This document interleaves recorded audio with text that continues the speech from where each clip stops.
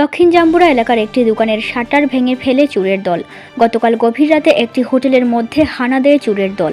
ঘটনাটি ঘটেছে খোয়াইয়ের দক্ষিণ জাম্বুরা এলাকায় জাতীয় সড়কের পাশে। ঘটনার বিবরণে জানা যায়, প্রাতঃভ্রমণকারীরা আজ সকালবেলা দেখতে পায় জাম্বুরা স্থিত জাতীয় সড়কের পাশে একটি হোটেলের শাটার ভাঙা।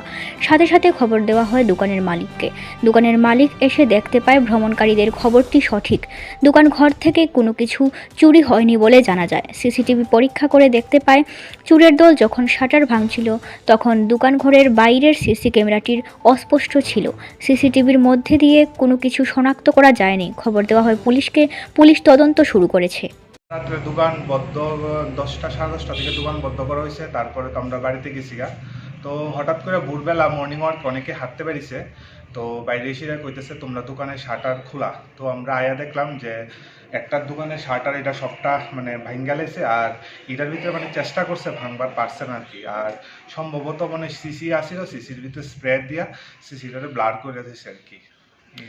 এমনি কি চুরি হয়েছে? না, এমনি কোনো কিছু তারা চুরি করতে পারছে না। নাম প্রসেনজিৎ দাস।